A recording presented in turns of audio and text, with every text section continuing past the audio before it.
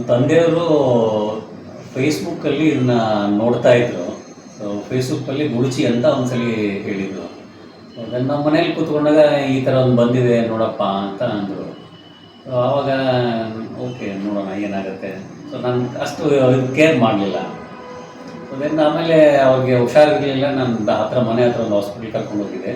ಅಲ್ಲಿ ಮಾತಿಗೆ ನಾನು ಅವ್ರಿಗೆ ಕೇಳಿದೆ, ಸರ್ ಈ ಥರ ಶುಗರ್ದು ಗುರುಚಿ ಅಂತಿದೆ ಕೇಳಿದಾಗ ಮೊದಲು ಹೋಗಿ ಕನ್ಸಲ್ಟ್ ಮಾಡಿ ಅಂತ ಅಂದರು. Is MBBS doctor. ಸೊ ಅವರು ನಮ್ಮ ಕಡೆದವ್ರು, ಆ ಕಡೆ ಬಿಜಾಪುರ ಸೈಡ್ದವರು. ಸೊ ಅದಾದಮೇಲೆ ನಾವು ಇಲ್ಲಿ ಬಂದ್ವಿ, ಕನ್ಸಲ್ಟ್ ಮಾಡಿದ್ದೀವಿ. ಕನ್ಸಲ್ಟ್ ಮಾಡಿದ ಮೇಲೆ ಹೋಗಿ ಮಾಡೋಣ ನೋಡೋಣ, ಒಂದು 15 days ಟ್ರಯಲ್ ಮಾಡೋಣ ಅನ್ನೋದು ಒಂದು ಒಪಿನಿಯನ್ ಇತ್ತು. ಆಯುರ್ವೇದಿಕ್ ಬಗ್ಗೆ ನನಗೆ ತುಂಬ ನಂಬಿಕೆ ಇದೆ. ಸೊ ನಾನು ಯೂಶ್ವಲಿ ಅಲೋಪತಿಕ್ ಮೆಡಿಸಿನ್ಸ್ಗೆ ಹೋಗಲ್ಲ ನನಗೇನಾದರೂ ಆದರೆ.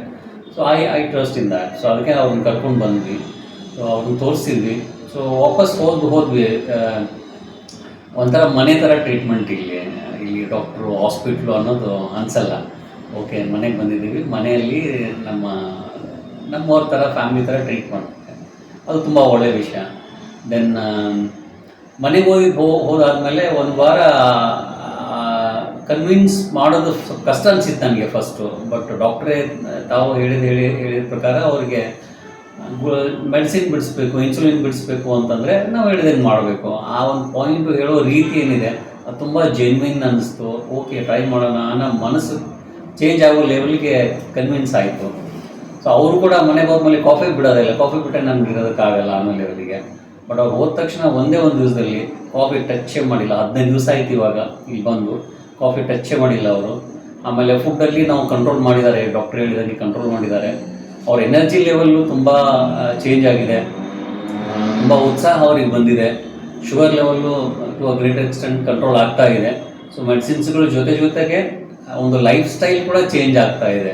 So we are really thankful to Guruji and Yamuna madam and Palak madam.